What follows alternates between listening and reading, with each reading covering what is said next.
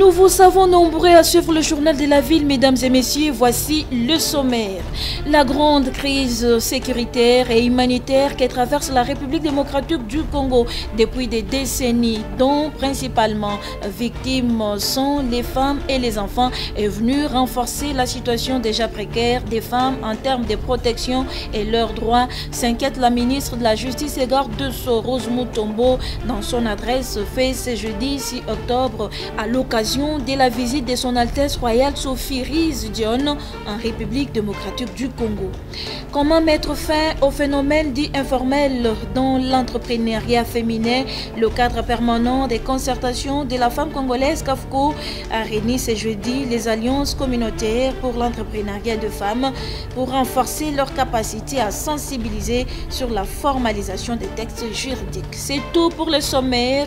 Mesdames et messieurs, encore une fois, bienvenue dans ce journal.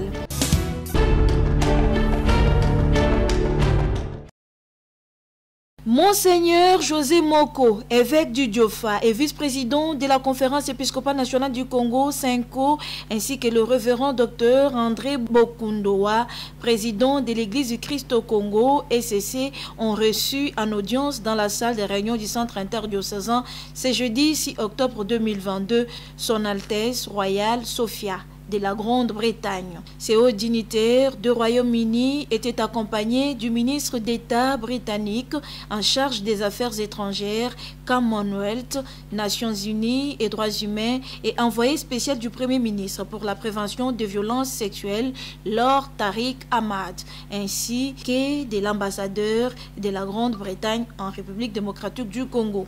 Selon l'ambassadeur et le porte-parole de l'ECC, pasteur Eric Senga, cet entretien qui a duré une trentaine de minutes était consacré essentiellement du rôle que devraient jouer les confessions religieuses sur les questions liées aux droits de l'homme. C'est une initiative louable parce que la Grande-Bretagne reconnaît à juste titre le rôle que jouent les confessions religieuses ici dans le pays, notamment sur les questions des droits de l'homme, spécifiquement sur les violences faites à la femme dans un contexte de conflit militaire. Et donc le débat tourne autour de cela pour voir quelle est la perception de l'Église par rapport à cette situation et quelles sont les initiatives déjà réalisées sur terrain et à quel niveau nous pouvons construire un partenariat dans le sens d'accompagner les victimes mais aussi de combattre l'impunité par rapport à ces violences faites à la femme. Et donc les deux églises ont partagé leur vision de la chose. Elles ont insisté surtout sur leur engagement dans ces domaines-là parce que nous avons des commissions justice et paix qui déjà travaillent sur la question des droits de l'homme. Mais outre cela, nous avions parlé de l'initiative sur l'éducation à la paix, l'initiative sur la prise en charge des femmes et des enfants victimes de ces atrocités, mais aussi les initiatives de la prise en charge dans le sens holistique.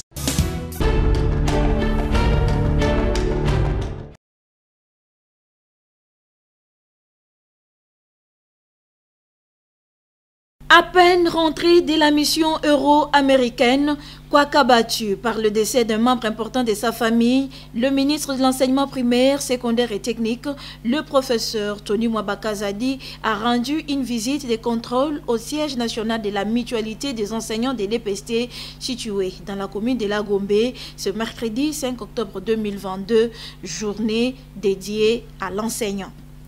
Objectif, palper du doigt l'effectivité et la qualité des soins administrés aux enseignants et c'est sur instruction du président de la République, Félix Antoine Tshisekedi, qui tient à la consolidation et à la pérennisation de la gratuité de l'enseignement primaire et au social de l'enseignant pour la qualité de l'enseignement fourni aux enfants.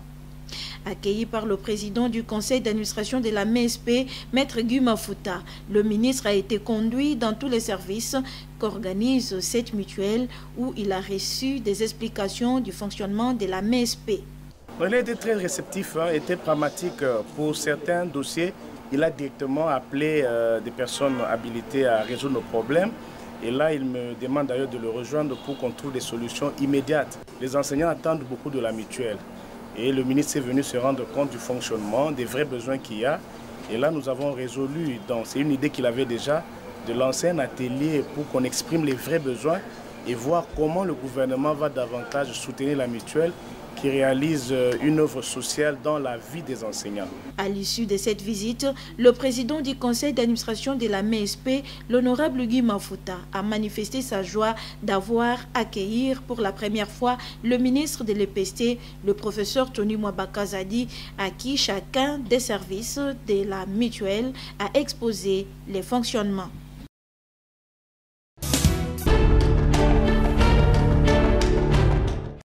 5 octobre 2022, date marquant la célébration de la Journée internationale de l'enseignant. C'est avec faste que cette commémoration a vécu à la synergie des syndicats des enseignants de la RDC. À travers le monde, c'est aujourd'hui qu'on célèbre l'enseignant. Ce que nous ne comprenons pas, que cette journée puisse passer par moments sous silence, que le gouvernement n'en fasse pas un grand écho. Même si l'État congolais a fait fi de cette journée pourtant symbolique et très significative pour les professionnels de la CRE, les enseignants regroupés au sein de la synergie ont profité de cette occasion non seulement pour se retrouver autour d'un verre et d'un repas de cœur, mais surtout pour évaluer et diagnostiquer la situation de l'enseignant et de l'éducation en RDC. L'enseignant congolais vit dans les conditions infrahumaines et cela a des répercussions sur la qualité des enseignements dispensés à notre jeunesse. Le thème international, la transformation de l'éducation, commence par les enseignants, est en inadéquation avec la gestion du système éducatif congolais, car le métier d'enseignant a perdu ses lettres de noblesse. Il n'est plus attractif aux jeunes et suscite de sérieuses interrogations quant à l'avenir de la profession. Le gouvernement de la République fait travailler les enseignants en violation flagrante des articles 36 et 58 de la Constitution.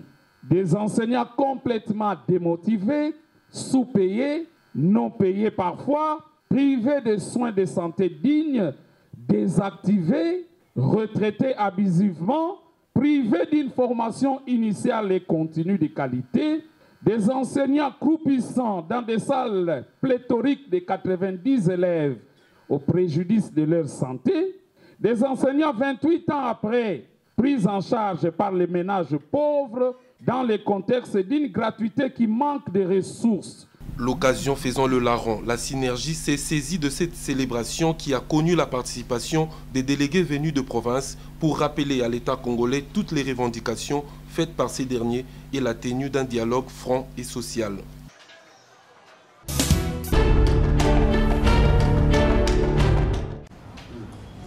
L'entrepreneuriat féminin est en train de prendre de l'ampleur en République démocratique du Congo, mais plusieurs femmes qui exercent un métier quelconque ignorent encore leurs droits et les textes juridiques. Mais comment mettre fin à ces comportements? Le cadre permanent des concertations de la femme congolaise, CAFCO, a mis ensemble ce jeudi 6 octobre 2022 les alliances communautaires pour l'entrepreneuriat de femmes ACEF afin de renforcer leur capacité de sensibilisatrices et sensibilisateurs sur terrain pour l'éveil des femmes entrepreneurs à sortir de l'informel et s'impliquer véritablement dans la croissance économique. Facilitatrice à cette formation, Betty Moulanga a rappelé aux ACEF leur mission sur terrain. Pour qu'on les regroupe en ACEF, parce qu'en fait, en gros, leur rôle c'est de sensibiliser et de faire les plaidoyers sur tout sujet qui concerne l'entrepreneuriat féminin. Il y a beaucoup de questions, beaucoup de besoins sur l'obtention des documents des commerces. Beaucoup de femmes sont dans l'informel, craignant le prix des documents des commerces, craignant les taxes et tout ça. Donc elles vont aller vers la base, vers les mamans qui vendent le long de rues, devant leur maison, pour leur dire de devenir formelles. En organisant cette formation, les CAFCO veut amener les femmes entrepreneurs à la prise de conscience ainsi pour le développement de leurs activités, nous dit Evelyne Mbata, membre du CAFCO.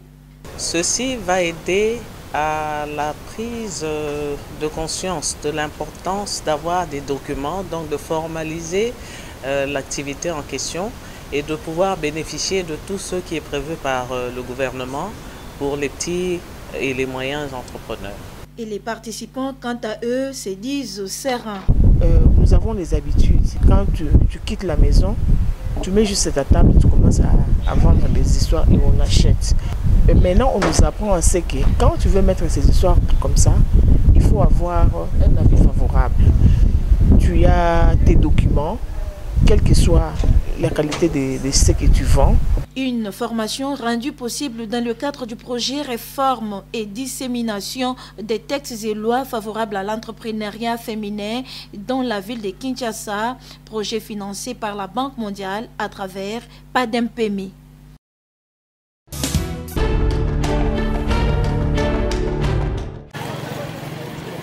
Le Parti du peuple pour la paix et le progrès P4, parti cher à Emery Patrice Landou Mandundu, poursuit son implantation dans les différentes provinces de la République démocratique du Congo. Ce samedi 2 octobre 2022, le président national du parti P4 s'est rendu à Kwilungongo pour installer officiellement les membres de la coordination sectionnaire des Mbanzangongo territoire dirigée par Julienne Mwaka.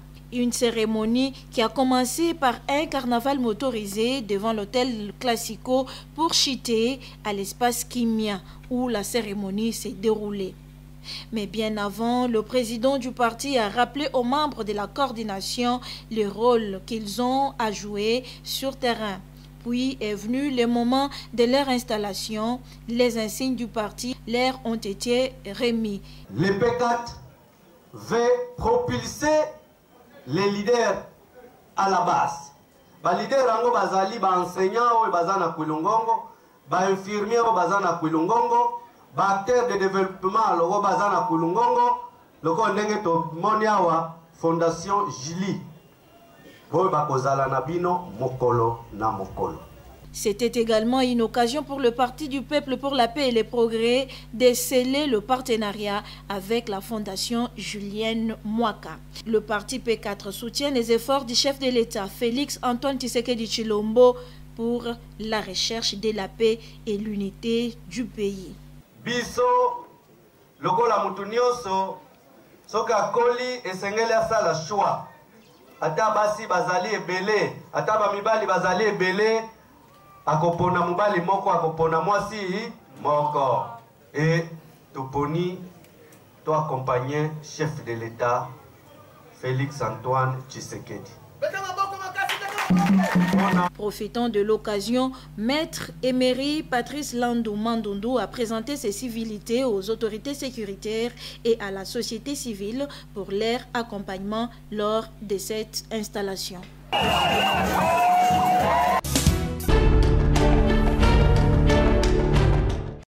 Intervenant à l'Assemblée plénière de la Pré-COP 27 au Palais du Peuple à Kinshasa, les leaders religieux réunis au sein de l'initiative interconfessionnelle pour les forêts tropicales en République démocratique du Congo, IRI-RDC, renforcent la voix de ceux qui appellent à des protections plus fortes autour des forêts. Leur déclaration est tenue ici par Monseigneur Donatien Cholet, secrétaire général de la conférence épiscopale nationale du Congo, SENCO. Nous, les leaders religieux réunis en IRI-RDC, voulons renforcer la voix de ceux qui appellent à des protections plus fortes autour de forêts en tant que stratégie prioritaire contre le changement climatique avant, pendant et après la 27e conférence des parties à la Convention cadre des Nations Unies sur les changements climatiques. Manifester notre foi en la nature comme œuvre créatrice de Dieu, un don sacré, irremplaçable et essentiel à la vie sur terre. La Bible nous renseigne que Dieu a créé le monde en 6 jours et il s'est reposé le 7e jour. Ce n'est pas parce qu'il était fatigué ou essoufflé, mais plutôt pour célébrer les caractères achevés de la création confiés à l'homme comme gardien. Encourager le gouvernement des pays ici représentés à arrêter la déforestation et la dégradation des forêts et en faire une priorité essentielle de leurs actions en faveur du climat. Obtenir la reconnaissance des droits fonciers territoriaux des peuples autochtones comme un élément clé de la politique climatique en reconnaissant leur contribution à la lutte contre le changement climatique par le maintien des forêts tropicales intactes.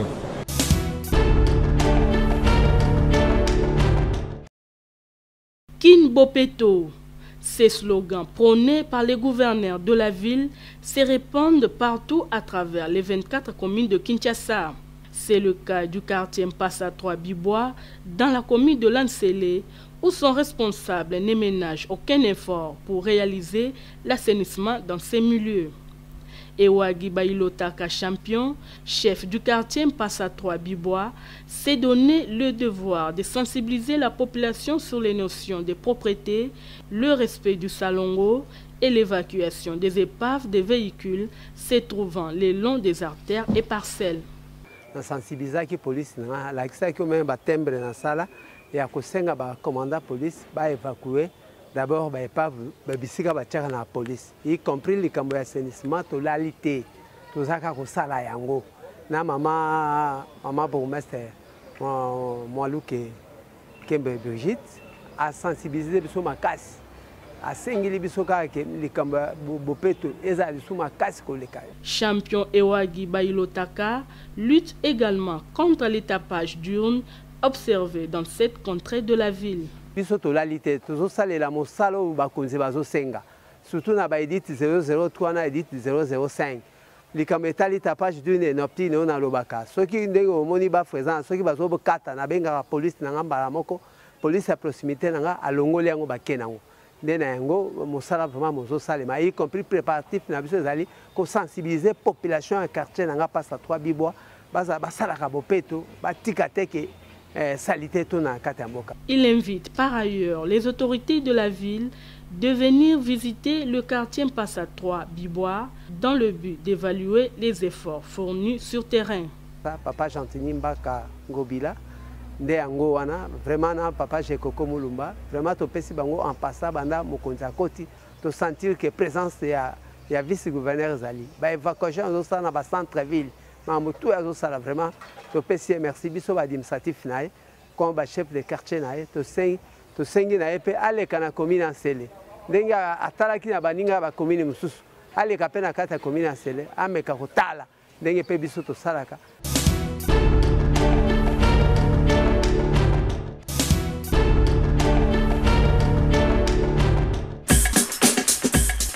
Nous sommes arrivés à la fin de ce journal de la ville, mesdames et messieurs. Merci de l'avoir suivi. Le prochain rendez-vous est fixé pour ce vendredi. Et d'ici là, portez-vous bien.